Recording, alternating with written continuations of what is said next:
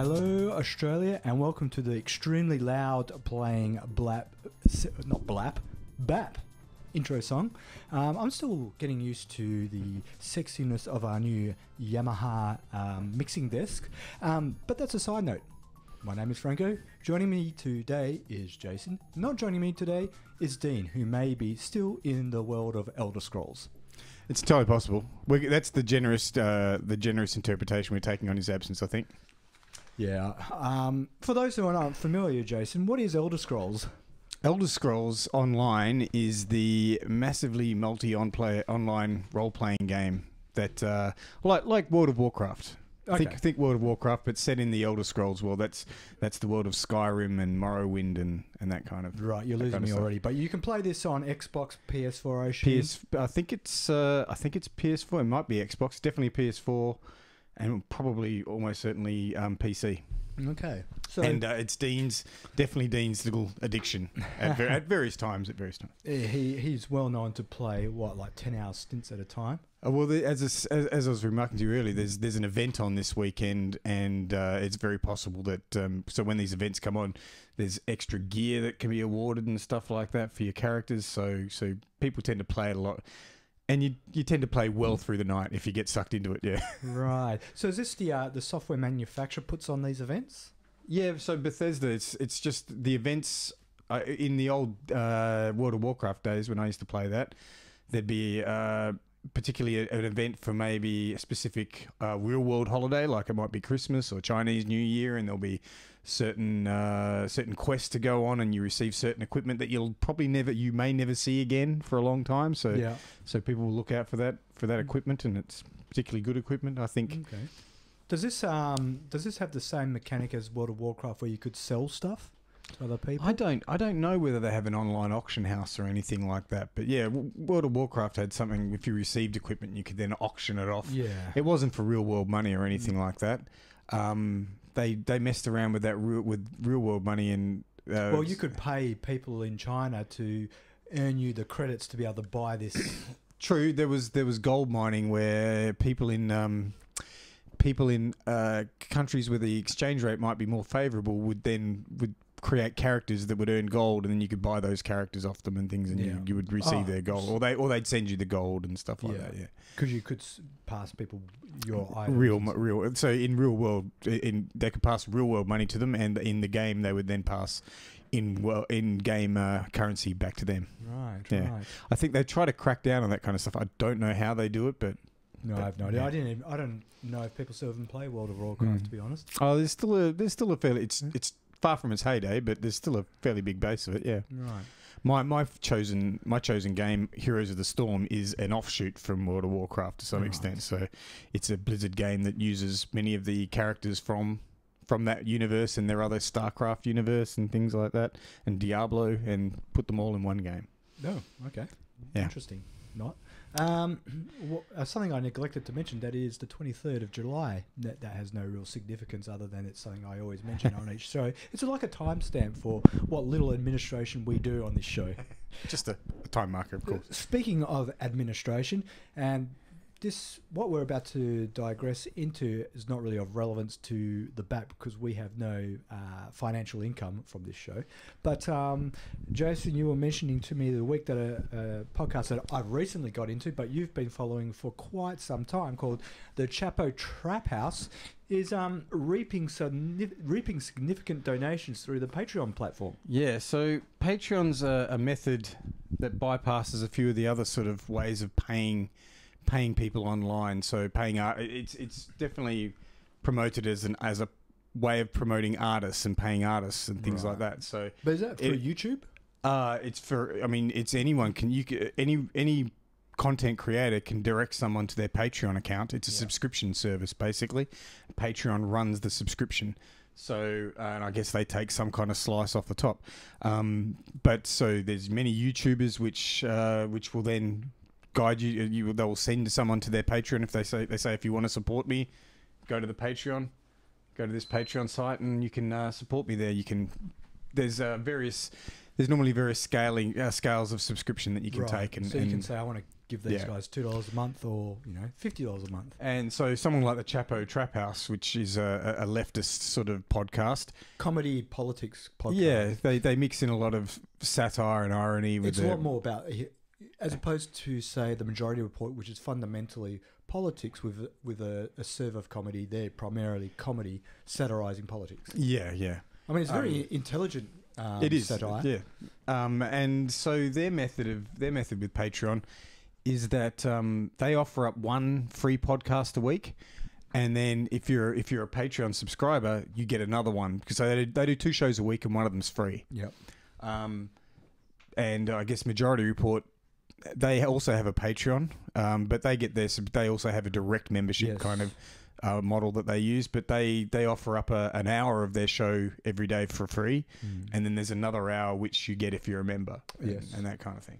But I was good, because I remember I was scouring Patreon, because you hear about I hear about some of these alt-right kind of podcasts, and I see how much money they're earning, and I was quite despondent hearing that someone like Dave Rubin, who is just not a particularly inspiring kind of YouTuber. He does some interviews. He has a definite interview technique, but his choice of interviewees and his sort of politics are quite to the right in some ways, although he would never admit that. But he was earning $30,000 a month, and I was just stunned. Wow. But I've got to say, he has some definite production value. He has a studio, a soundstage. He has a production team to some extent, a team of producers, at least 1 or 2 of them, someone running the camera. Whereas the Chapo Trap House, and they're earning $70,000 a month, just basically the crew of them that get together via various Skype, means. isn't it? Some of them are in a studio together. Yeah, there's one guy who always sounds tinny. But there is a definite couple of Skype calls that come in either through Skype or perhaps Google has their platform as well. Yeah. And they're doing remarkably well, and that was uplifting to me to hear that some the good lefty podcast can be earning so much money. Yeah, I mean, when we got into this gig, I wouldn't say we had grand notions, but I had a dream that maybe we could make money off this one day, far down the path. Not that there were many Australian examples to use as a proof of concept. Yeah. That thought was dashed early on into the venture. Well, I mean, we have to start working on a product and developing a level of quality before you can start. Well, there's definitely a quality issue. I'm very lazy when it comes to research, and I don't necessarily have the witty gift of the gab. But I think the biggest issue is fundamentally people don't want to pay for political podcasts generally. Yeah. Maybe you could sort of dream big in America, but here, not going to happen. I mean, just in general, I don't know. Do you know of any examples of an Australian podcast that...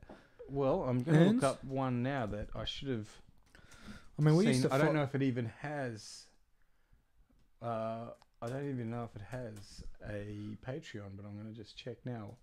It's a podcast that originally started... We used to listen to this Australian podcast, which was... it's called Well Might We Say Now, but what was it called? It has before? 23 patrons, and it's earning $156 a month. Yeah, and I mean, I considered that... what was it called before? How can we have forgotten that already?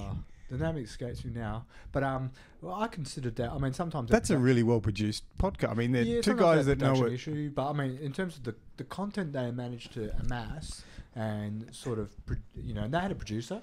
And the knowledge that they have between them. So it was quality product, and yeah, they couldn't make any money off it. I don't know if they... Well, they're making $156 a month. Yeah, which is...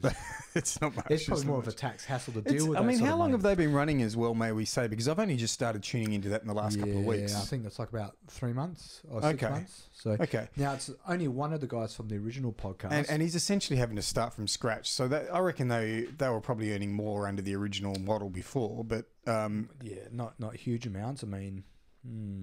Yeah. And anyway, it's interesting that this is a good model for funding independent media and things like that. And I'm glad that this model's out there, because it's certainly better than having to deal with PayPal and be left to the vagaries of, say, YouTube, who can at various times decide to defund your content and things like that, which is specifically what's happened recently to a lot of political podcasts and political content on YouTube. Is because they decide that Their excuse is that because they can't tell if the content is ever going to be appealing to their advertisers, they just exclude a lot of political content altogether and don't even give it a look. And I can understand from YouTube's point of view why they want to do that. It's possibly a valid reason because I mean there was some stuff, particularly with they're probably the number one YouTuber of all time, PewDiePie, saying some questionable stuff. Yeah, and then of course people not wanting to advertise on a site that may be questionable in that way. Yeah. And so there's a valid reason for it. But Patreon, obviously, to this point, I haven't heard of it excluding anyone on political grounds or anything like that. But perhaps it's possible. It's still a private platform. They can do whatever they like. Well, that's exactly right. So, but yeah, it's good to see someone like Chapo Trap House can make money. But you're right. In Australia, it's no one's ready to spend money on that model yet. I don't think. No, and like if we really want to make money off this podcast, we would have to focus more on just being the douchebag filter is the actual show and go for an international audience because I would imagine that Australians just don't really pay for podcasts in general. Well, I mean, I think people have to become more disillusioned with our mainstream media here in Australia before they're going to start spending money in that fashion, and they're not doing it yet. No. We have the ABC, which is still, for the most part, a credible news organisation. So you know what I mean. There's not as much necessity to go to that independent media.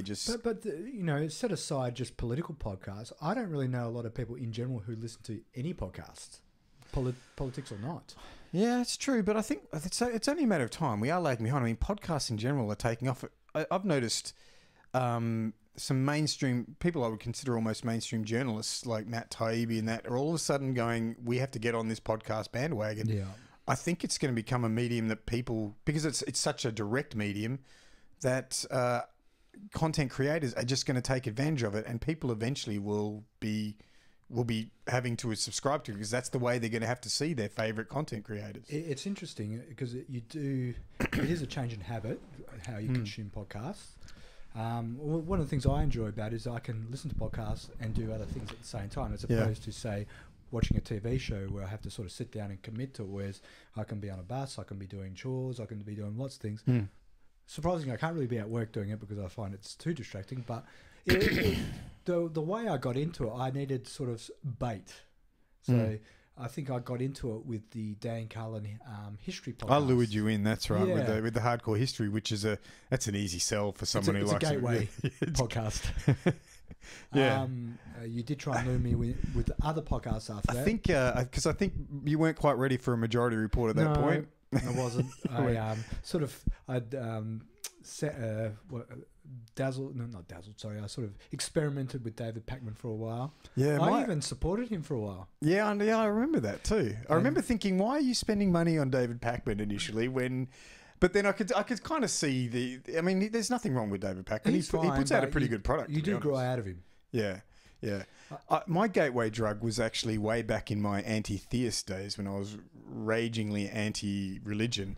And there was a podcast being put out called The Atheist Way or something like that. Is this Sam Harris? No, it wasn't Sam Harris, but these were guys that revered Sam Harris, of course. Okay. And they had a show on American public broadcasting, which anyone could get access to that public broadcasting channels and things like that. And they used to put a show on that. And they had a little podcast that they put out beside that. And I cannot remember what it was called. Like it was some play on some religious phrase or something. The non-profits. Right. And they basically talked about religion in America. They were atheists and they were talking about the religion. Because I think it's not a podcast that would work so well in Australia, because in America they have more of a problem with religious effects on affecting other people's lifestyles. So that was my little gateway drug. I haven't listened to them in a long, long time, but that got me into the podcast. That got me into also watching YouTube a bit more, which progressed to the Young Turks. And I was a member of the Young Turks for a while, and listening to them in podcast form because you don't need the video. And it was just great to be able to, you could go about your workday listening to a podcast. And they put out a significant amount of content. But that was my probably gateway way back when the Young Turks were being done out of Cenk Uygur's lounge room. Yeah. And now they're quite a large concern. Yeah. They're doing quite well. And from there, of course, that was probably where I discovered Majority Report after that. From Dan Carlin's Hardcore History, I got into the Best of the Left, which was a weekly That's show. right. That was a compilation of. Sorry, that I can't. Yeah, sorry, to butt in on that, but that show was probably pivotal for me because I got into Best of the Left, and that was what led me to Dan Carlin. Best of the Left was. I remember I was probably listening to Young Turks first. Then I saw Best of the Left coming up, which is an aggregator of all sorts of left-wing media. And that's how I discovered probably Majority Report. Definitely Dan Carlin came up.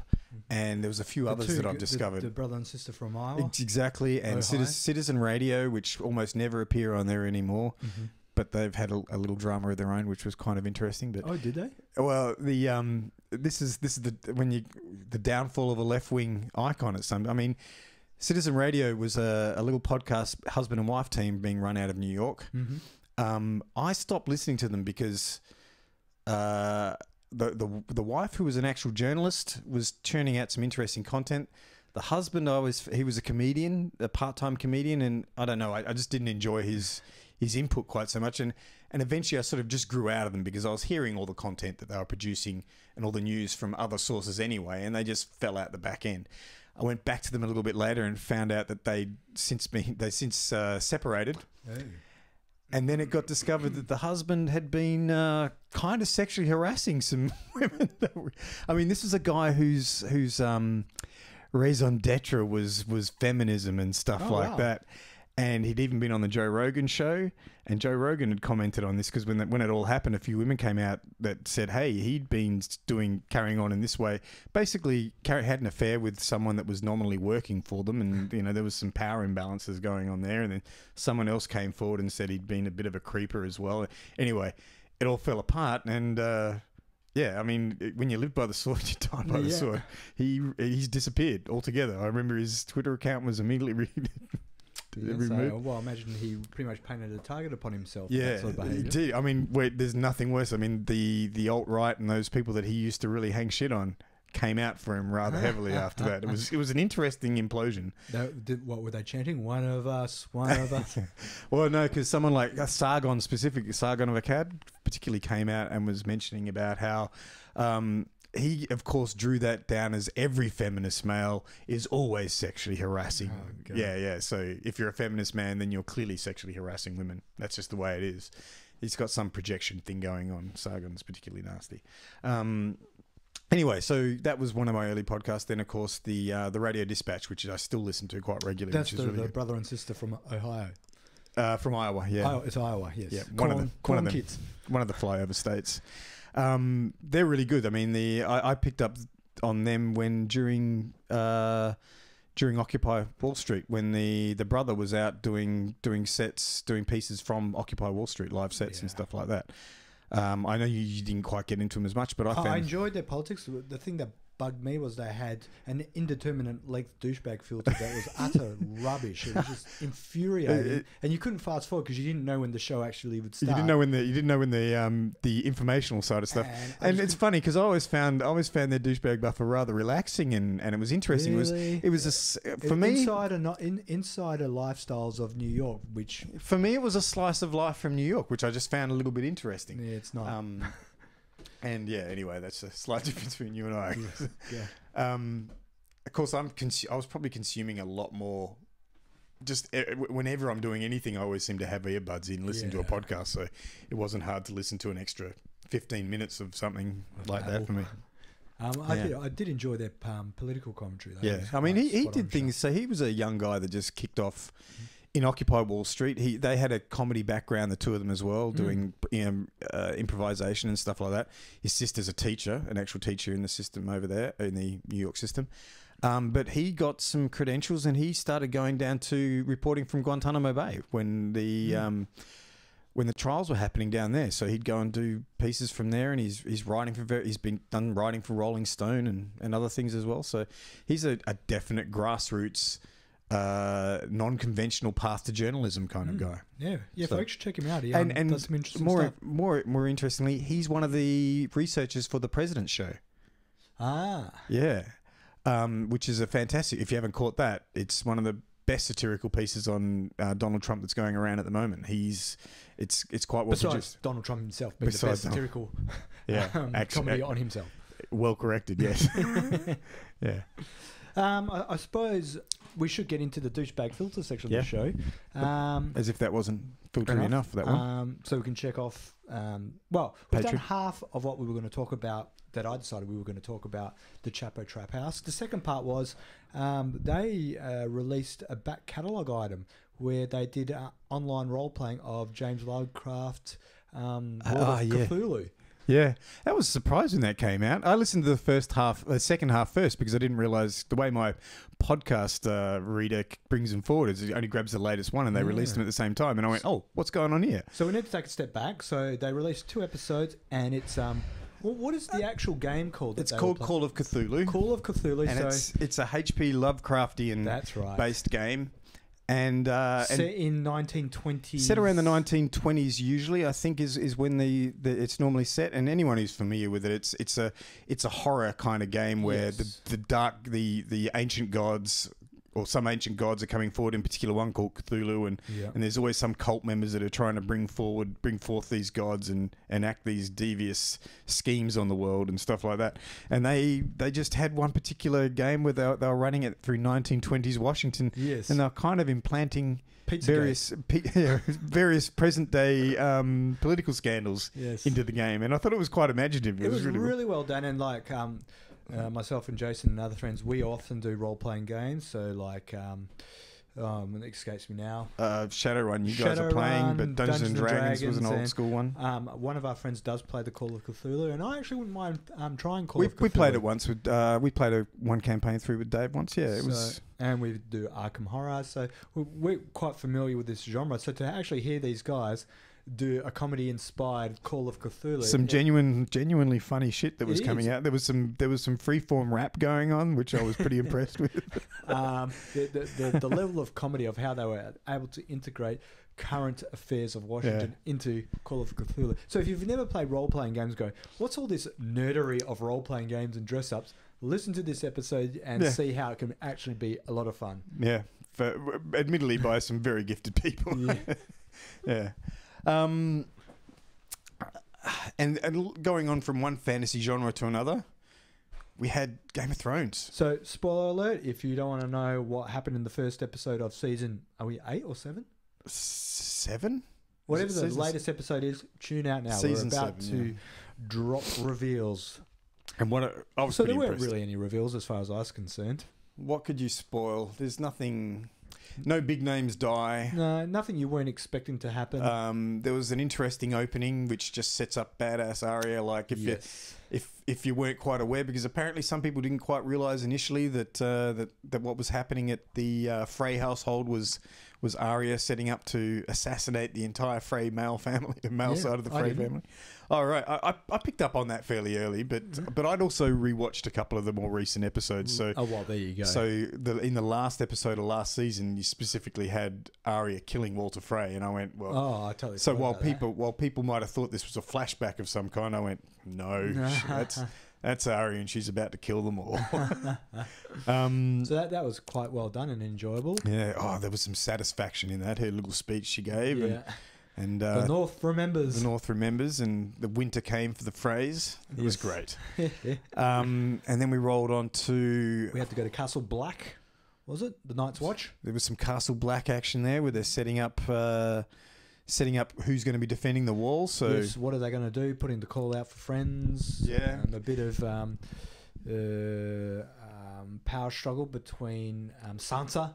Yeah, a little bit. Jon Snow. That's going to be interesting to see whether. I mean, initially it seems like they talked it through and everything's fine, but I've also listened to a couple of recaps and some people talking about it, and it's like, do you think Sansa's going to be happy staying in the background? Yes. And you got Littlefinger there who's just digging in there, going, "Hey, maybe you could be queen." Yes. Yeah, I got a feeling that's someone needs to kill Littlefinger quick, smart.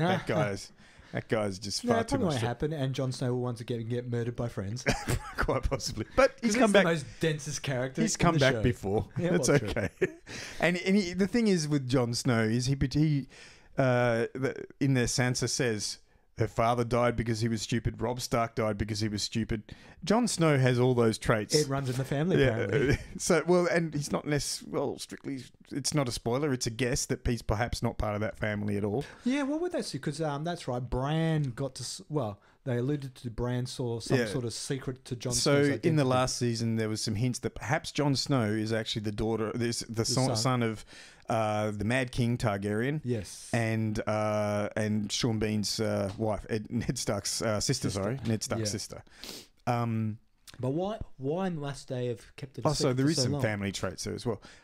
Why must they keep it secret? I guess because the Baratheons would have killed him. Yeah, but now? Well... Oh, so... Now there's no one left who knows, to be honest, is there? Bran knows. Who else might know?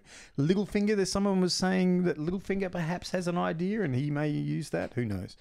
But yeah, there's a chance that Sansa may not want to stay in the corner. And she said she learnt a lot from Cersei. Yes. And Sansa's definitely come along because I used to not be able to stand that character. She was a loathsome character, but Joffrey taught her some stuff. She's learnt from the School of Hard Knocks. Well, and also, what's his name? The Littlefinger? No, the other one. The mad little dude who loved torture. Oh, Ramsay. Yeah, she's learnt some hard lessons, and you know what? Maybe she wouldn't be such a bad queen, to be honest. She'd probably come. She's figured things out. So there's a little bit of power struggle there. Everything seems to be fine for the moment.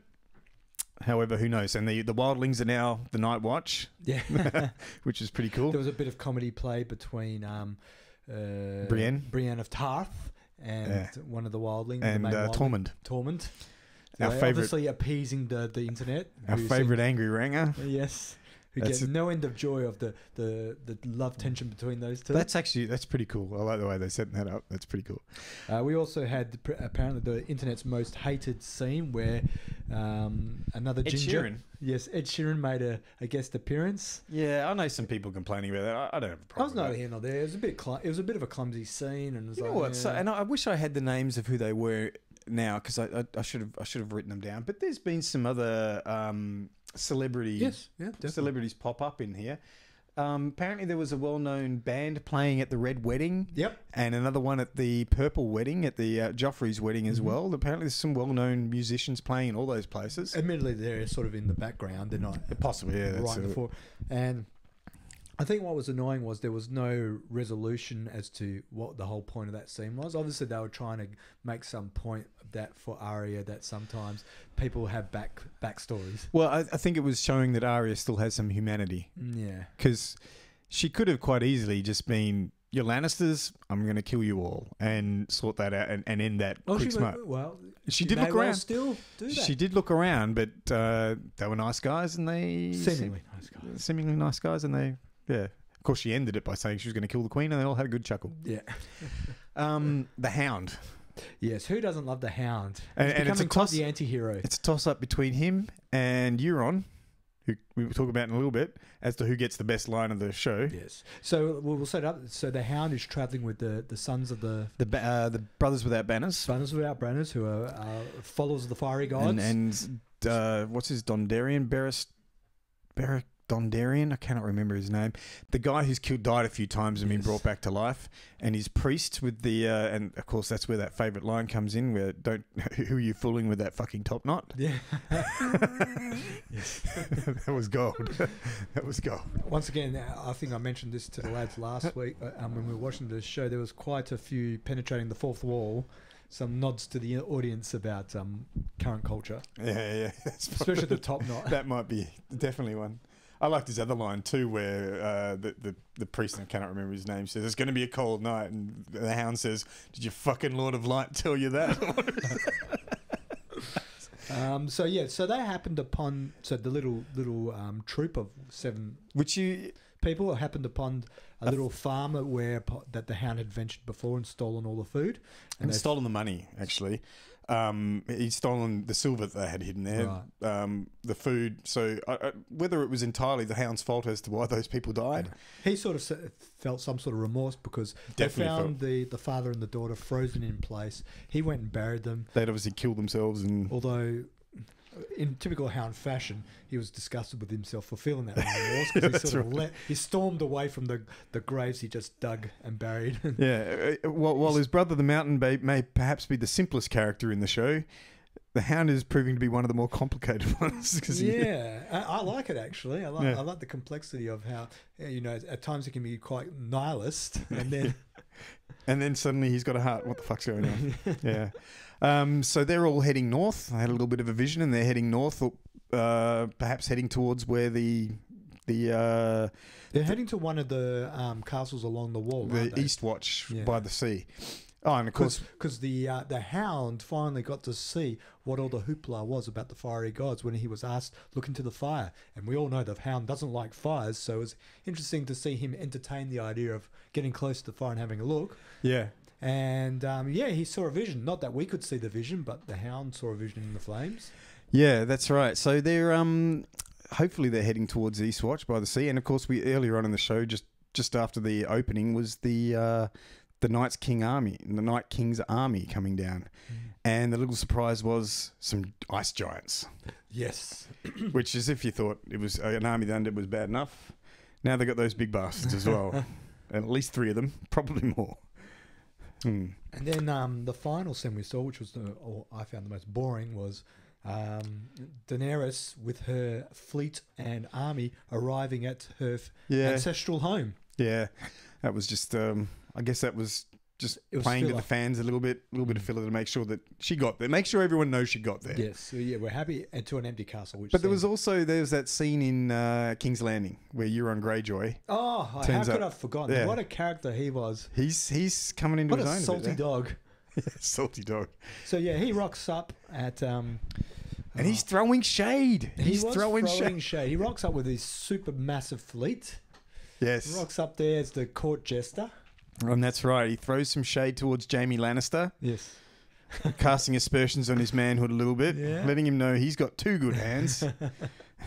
Yeah, that was pretty good. As I said, he got some great lines in that show. It was a toss-up between him and the Hound as who got the best lines. Yeah, it would be good to see what part he has to play later on in the season. Well, he's offered a gift, and the big question is, what's that gift going to be?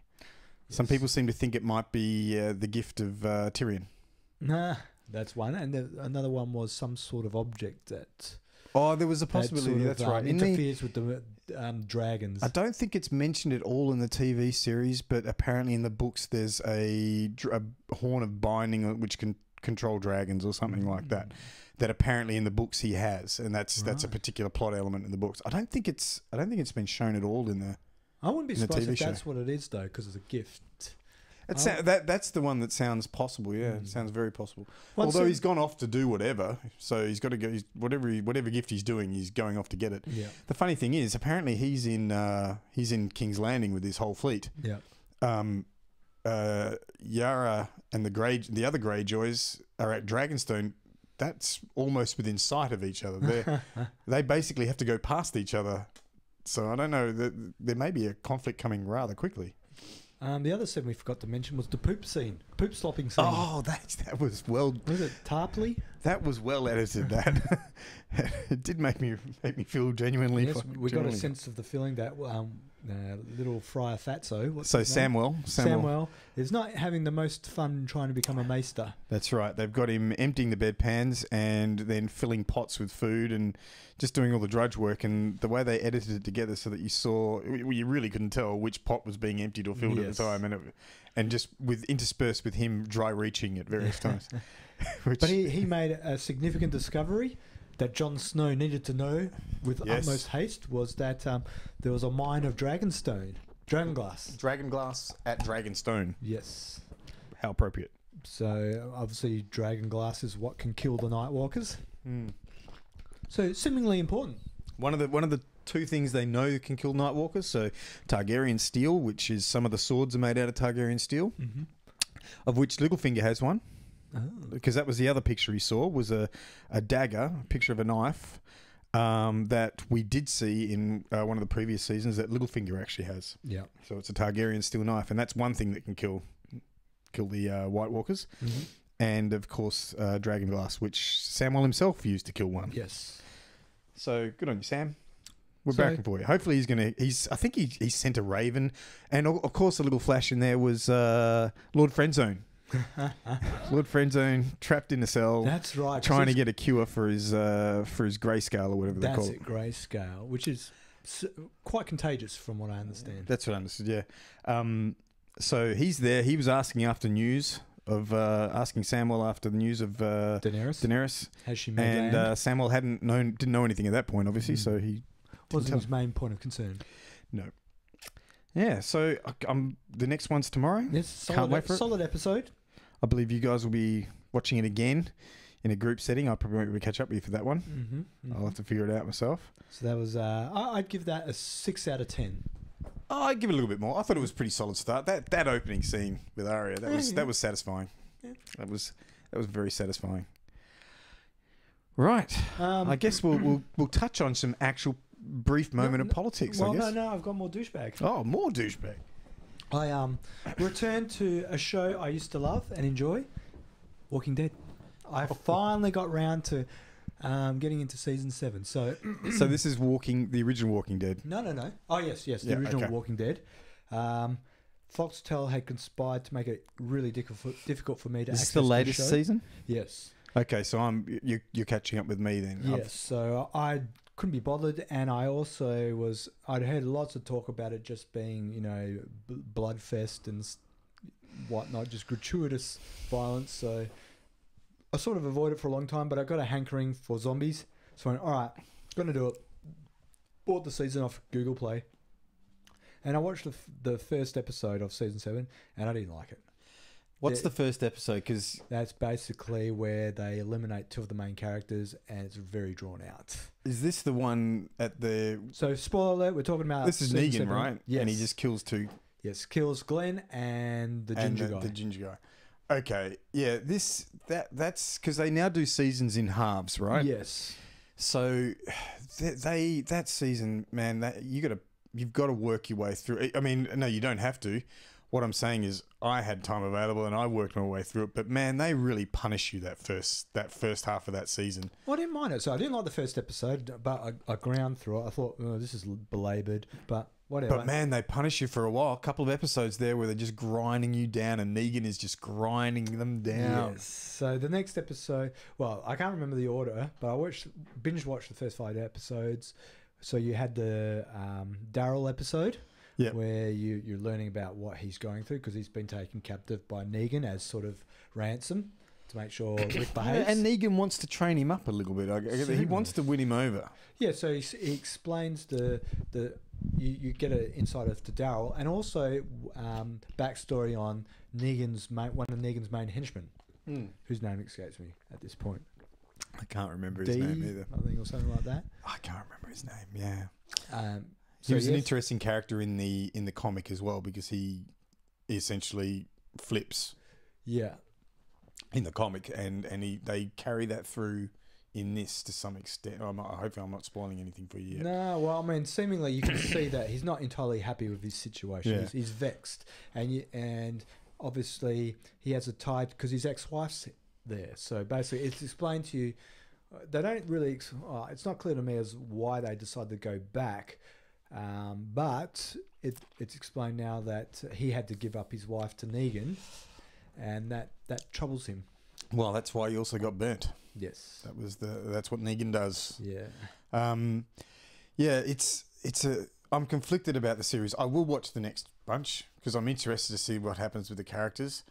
But man, they really punish you. And that's first half of that season. I guess I was watching it more episodic than you were because you got the whole lot, whereas I was watching it as it was being released. Yeah. And man, it was just one episode, about 3 episodes in a row where Negan is just grinding our group down, and it's like, oh my god, are you ever going to do anything? Yeah. So that's an episode they came and stole all their mattresses and burnt them. Yeah, just burnt them. They didn't want them. They just burnt them. So he was just doing, and Negan is a character. He starts to come off a little bit one note, but he's a pretty good character. And man, how he maintains control over his own people so well. I mean, but he just does that. He just grinds these people down and then just keeps them underfoot and lets them know who's boss at every opportunity. And if you step out, someone dies. And it's like, In fact, the episode I think where they burnt the mattresses was where one of them was essentially trying to one of the people at Alexandria was trying to undermine Rick and make a deal with Negan, and Negan said, basically decided my deal's with Rick and stabbed that, gutted him. Oh, I haven't come up to that episode yet. My apologies. That's all right. Sorry, I was. Yeah, there's Negan. A motorsport, because that's one of the moments where you don't quite know which way Negan's going to go, and I have spoiled that for you. Yeah, it's all right. I'm not too worried about it. Yeah, but they just grind you out, and eventually you get through and you come out the other side. But man, yeah. Well, it's obvious that they want to show you, because Rick goes through phases where he's a good guy, doesn't like violence, then he's ground down, then he becomes the animal. Yeah, and so it's happened before. I remember this in another season where they. Well, he went cuckoo bananas with the telephone thing. Oh yeah, he's had his wife calling him on the telephone, and I think this is that now they're going to show you him going into some sort of psychosis. So Negan's going to ground him down until he gets to. There's going to be a tipping point where he freaks out, and it's all about going, opening the can of whoop ass. Yeah. Although I can't see how he's going to be able to do that without weapons, because he had all his weapons confiscated from him. They worked that out. Yeah. The way they do that is kind of interesting as well. The good thing, one of the reasons I do like this show is they do create moral dilemmas, and they make those people work through those fucking moral dilemmas. Like, yeah, you can do that, but it's going to cost you, and it's going to cost you possibly spiritually. Yeah, well, would you say that when they sort of went on that murderous rampage through that outpost, that they're now paying a reckoning for that from Negan? Well, that's what Negan definitely says. Is but to some extent, what choice did they have? You can always understand how they arrived. Yeah. It's one of the reasons I do love the show. You can always understand how they arrived at that point. And they do. The show has a habit of putting you in a place where you yourself would possibly go either way on this decision. I mean, you don't know which way is the exact right way, and they made a choice, and they're being horrendously punished for it. Well, they made a mistake because they didn't realise the outpost was just the outpost. Was just an outpost. Yeah. And you remember, they must have had the point where one of the scouts that went out discovered the people by the sea. I'm coming up to that episode now. Oh, I won't say anything. So the part I've got up to was I've been introduced to King Ezekiel in the kingdom. Oh yeah. So that was interesting, and that was the Carol episode. Carol and Morgan. He's got a tiger. Yes. We also went back to Alexandria. No, Alexandra's Rick's place, isn't it? Yep. There's Alexandria, the kingdom, and there's the third place, which I can't remember, where Jeffrey... Oh, the hill. Yes, the hill. Yeah. So that's pretty much what I've seen so far. Yeah. Yeah, as I said, I'll keep watching that show because it does manage to come up with interesting moral dilemmas and make you... And comes up with interesting villains that you want to... It is. I'm still upset that Rick got caught out so easily at the end of season 6 with the whole... It was becoming obvious that they were, being set up for a trap, and they persisted on it. And I know he was trying to get the pregnant lady to the doctor, but it seemed like, hold on, you're about to get everyone killed. Something's going down. Yeah. Interesting enough, Fear the Walking Dead, they're in a mid-season break as of a couple of weeks ago. That show's interesting as well. So there's season 3 now? Season 3, yeah. Okay. And they're at a mid-season break where they've come up to a situation where... with the thing about The Walking Dead is you can never say someone's truly dead unless you've seen the body or the zombie. Yeah. so there's a couple of there's a family member in particular that may be dead. Mm-hmm. He certainly disappeared under some obvious situation. Could have been like a Glenn situation where you thought he was dead. There's enough evidence. I don't know how he survives this one, but you're never too sure. As I said, until you see the body of the zombie, you're never sure. It's at an interesting point. They basically in this show, this is down towards the south near Mexico, and they cross back over into the US, and they come across some white supremacist survivalist kinds. Oh, great! That are over there. Well, they're not entirely all bad. However, there was an interesting play. They're not full on evil, but there was a Mexican woman that they found wandering in the desert, and she said, "Oh, can you just get me out of here, and can you take me to you? He goes, "Nah, you wouldn't like it where we are," kind of thing. It was like you wouldn't belong there, and he just left us, kind of thing, and that was it. But is there a place for white supremacy in a post-apocalyptic world? Well, the interesting thing was how do you rationalize this that? is a ranch down in I guess it's in Texas or maybe in Mexico or something like that. But it's a ranch down there. What's happened after some old grievances have come up? So the Indians who live on their reservation have gone, the world's gone to shit. These are people that are living on our fucking land. And some of these old grievances, there's no longer the full weight of the fucking law behind these other people, and the Indians know how to live on the land, kind of thing. Yeah. And here we go. So it kicks off again. So there's some of that stuff. So that was an interesting little twist. And it would be interesting to explore that. You know, in a post-apocalyptic world where the population's been decimated, would people still hold on to, you know? Well, they did. Old world. Yeah. So these grievances? Indians, these old grievances have come up, and the Indians have been a rather decimated population for a long time. And what do you know? Now the rest of the world's just as decimated. Yeah. So things have fucking evened up a little bit. So you still hold stock in watching Fear the Walking Dead? Yeah, I do. As I said, it's only because it's easy to get hold of and stuff like that, and it doesn't quite seem to bring up the same moral dilemmas quite as easily. I don't know. There's actually a few. The problem with the Fear the Walking Dead is they're still learning lessons that our heroes in the other story have learnt many seasons ago, and you're going, why the fuck are you doing that? Don't you know that you shouldn't be doing that kind of? And because I mean, let's face it, in The Walking Dead, the zombies are just in the background now. They're just they're not really the evil. They're not really the danger anymore. It's the other people. And Fear the Walking Dead is definitely is hit that stage fairly quickly as well. But there still seems to be some lessons that need to be learned. Yeah. All right, Newsies. What do we got? Well, I just wanted to touch briefly on. We probably won't have too much in the way of newsies, but Larissa Waters. Yes, Greens senator, also deputy leader. Well, was deputy leader of the Greens. She apparently is a Canadian traitor. Yes. She's promoting maple syrup loving. That's right. She's promoting the Canadian agenda. We can't trust her, and she has to go. She's a Manchurian candidate for John Trudeau. So she was born and ever so briefly spent a moment in Canada when she was a child. Very briefly, I believe. Such that she didn't even realise she had Canadian citizenship before she came back to Australia. And her parents are fully Australian. They just happen to be in Canada. Studying, I believe, or something like that. So she's resigned as well because of section, was it Article 44 or Section 44A of the Constitution? Yep. So much like our friend Scott Ludlam. So the Greens are now 2 people down. Yes. 2 down. Now they're being replaced by other Greens senators. I cannot remember for the life of me remember the name of them, but it's kind of raised the ridiculous nature of how we judge citizenship and how we might allow for these things, but. It's their fault. They didn't know. They didn't take care of these things ahead of time. I guess the Greens will not be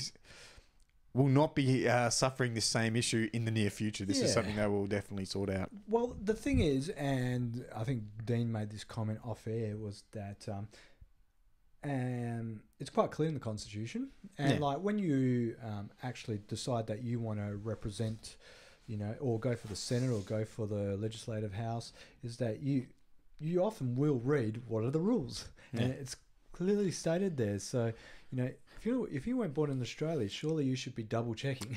I think I'll give Larissa a bit more of a leave pass than Scott, perhaps. Yeah.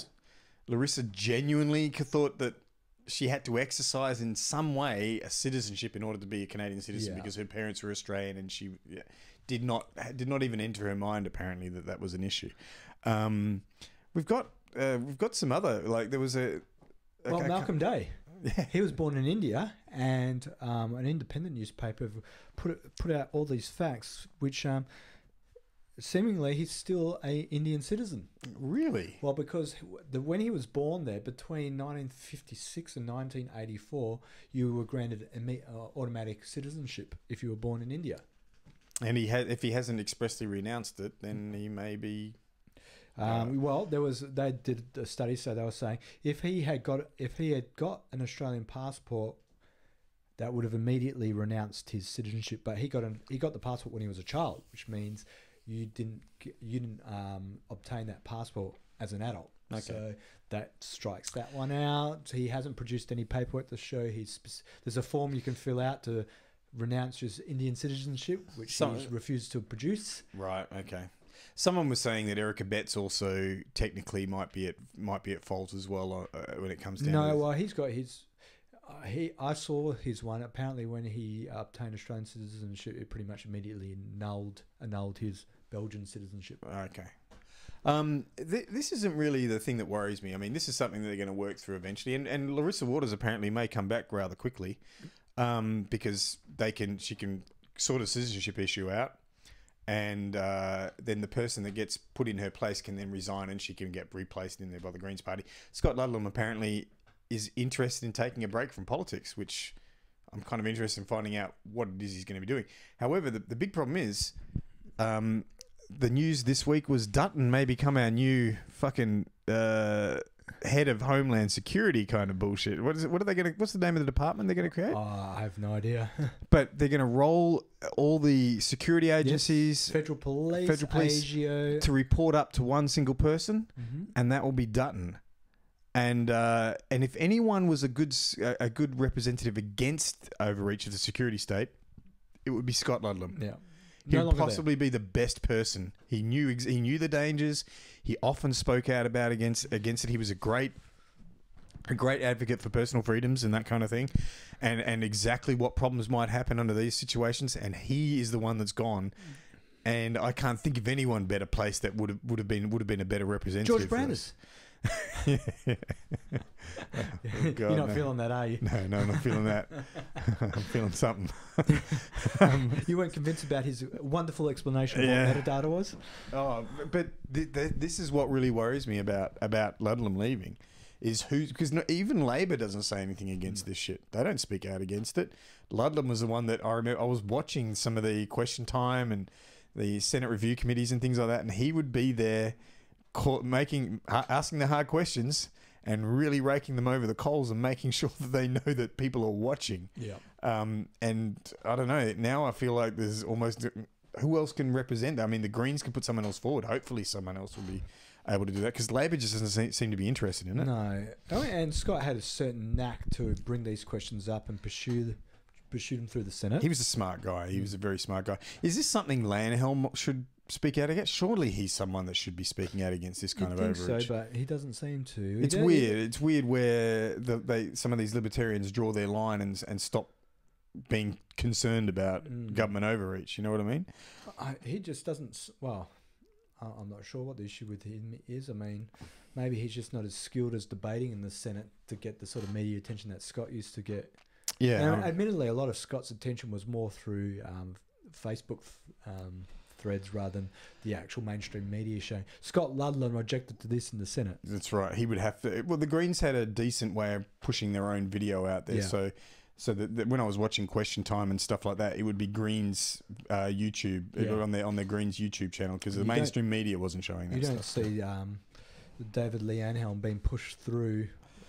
Well, Facebook I guess the only way it would get out there is if he pushes his own material out there, and if he's not doing it, then he's not doing it. The Liberal Democrats have that sort of grasp of technology. Oh, that's sad. I mean, as I said, it's not entirely sad, because I don't like Lanhelm that much, except that this is one area you would normally expect his kind of support. Government overreach. And it's a little bit frightening what they're doing with this. I can't remember. I wish I could remember the name of it. It is something like Homeland Security. It's really fascist sounding. And to put things into perspective, I mean, for the amount of people that die of terrorism in Australia compared to traffic accidents or anything else, you think, well, hold on, how come we don't throw money at those things? And yet, for something where your chances of being, harmed from a terrorist act are so minute and minuscule, it's like being attacked by a shark. Why? And not only that, putting it under the helm of someone like Dutton, who clearly does not care about personal freedoms. He does not have. That's not an issue for him. It just seems it seems glaringly dangerous. But this is the way Turnbull wants to go. Why is Turnbull putting this kind of thing forward? I think it's safe grounds for Turnbull. I mean, it's a great wedge issue. Basically, you can bash the opposition over the head with it. You don't. Basically, your base applauds you for any action of getting tough on crime or terrorism. So it's safe grounds. safe ground for Turnbull within his own party. Mm. No one's going to criticise you for spending money internally or in the population. Sorry, in the voting population for spending money on terrorism. No, unfortunately. Even though it seems like a futile act in a lot far of too many regards. people I know and love also agree with these kinds of these kinds of stances. They feel threatened. God knows why. I mean, they've barely met a Muslim, let alone been threatened by one. You know what I mean? It's crazy. Oh, I got one other just little news item which I just found interesting. I was just reading about. So, we all know modern warfare's been changing quite a bit lately. In particular, drone warfare is something that the US have been using quite liberally because it's a good way that they can exert force into areas where they don't have to send manned aircraft or even boots on the ground. Boots on the ground, yes. At all. And it's been essentially it's been pretty much their own little space for quite a long time. No one else has had this capability. Well, the US has always stayed fairly clear of selling their drones, especially weaponized drones, to even close allies. At the moment, they sell to the UK and Italy alone, and that's it. Not even Saudi Arabia. China's stepping into the breach with some nice rip-off drones that look remarkably similar. Isn't that? I mean, have ever you seen knockoff sort of items that might come out of China? Here we have military weaponized drones. And they don't seem to be terribly worried about who they sell them to. And I just found it interesting. So I'll just read this little blog post. More than 15 years after a US Predator drone launched its first Hellfire missile, the United States remains reluctant to sell armed drones to even its closest allies. The hesitation in selling armed drones has left the door open for countries such as Israel and China to dominate military drone sales across the world. Now the US government runs the risk of losing influence in a world of drone proliferation unless it reconsiders its policy on sales of military drones, according to a new report. So, China's stepping in, and they really do. Like, Israel has been selling non-weaponized drones significantly around the place, but China's selling these ones that can be armed quite simply. And all of a sudden, the US, that has always said they can exert force wherever they feel like it, launching missiles into areas, they've set the groundwork and they've set the precedent that this can be done. Now this can possibly be done by any number of other nations, and it's just really freaking concerning that any nation. It's a very cheap option. Yeah. It's incredibly cheap to send up an unmanned drone with some kind of weapon with a missile on it or something like that. Well, you'd think also over the next 20 years, it won't be long before terrorist organisations could get their hands on a drone. And that would be a convenient way for them to exert their power. Well, here's a list. China has taken the lead in selling armed drones to countries such as Egypt, Iraq, Kazakhstan, Myanmar, Nigeria, Pakistan, Saudi Arabia, Turkmenistan, and the United Arab Emirates. I imagine they're not going to stop at those countries. No. But just take any number of those countries and you've probably got issues. I mean, Pakistan now has weaponized drones and they're in a constant Cold War with India. If they start to use them to exert influence, military force into areas... anyway, it seems rife for the opportunity for an absolute disaster, and it's just more like not an immediate disaster, but it adds a gradual way to step up a Cold War. So before, where it was like they had that hard line where it was putting other military forces in the country, now they don't have that issue. They didn't have that boots on the ground being escalated directly through to, say, nuclear war. Now they've got an intermediate step that they can go to before they even put boots on the ground. And it's, I don't know, I'm incredibly concerned about this because, as I said, America's set the precedent as to how drones can be used. Yes, any way you like. They have no moral high ground whatsoever. And there's a bunch of countries. I don't think Myanmar is going to care how they use their... Yeah, I wonder why they've got them for. They can Myanmar using weaponized drones. There's rebels in their country that they don't like having around, and they're probably quite happy to take them out. But Turkmenistan, Nigeria. Anyway, just it's something I found interesting in the fact that it's coming up as news now, especially when I don't know there seems to be a Cold War developing between America and China as it is. So and all of a sudden China's selling weapons to various proxies. I guess you could view them as proxies. And Definitely. yeah. The only news item I've got was what I thought was a dead issue as far as us having a coalition party in power in Australia was marriage equality. So a year ago there was lots of talk about Australia having a plebiscite on the issue of marriage equality, and that sort of got neutered with Turnbull's razor-thin victory in late 2016. And I thought pretty much the issue was dead for the time being. We've had some pushes from Liberal politicians trying to sort of get a motion up. But apparently what's happening now, and I didn't realise this, was the Libs have been playing with the idea of doing a voluntary postal vote plebiscite. I guess it's a cheap option, is it? So it's a cheap option because it's voluntary postal vote plebiscite. Yes. And apparently their partners in crime, the Nationals, aren't happy about that. Well, actually, you're right. Actually, maybe that is a good thing. I was thinking of it as a negative because it seems to be Conservatives tend to be the ones that get activated more often, right? But I actually think in this case, there's probably a lot of Conservatives that realise this will not affect their life whatsoever and will not be activated to vote.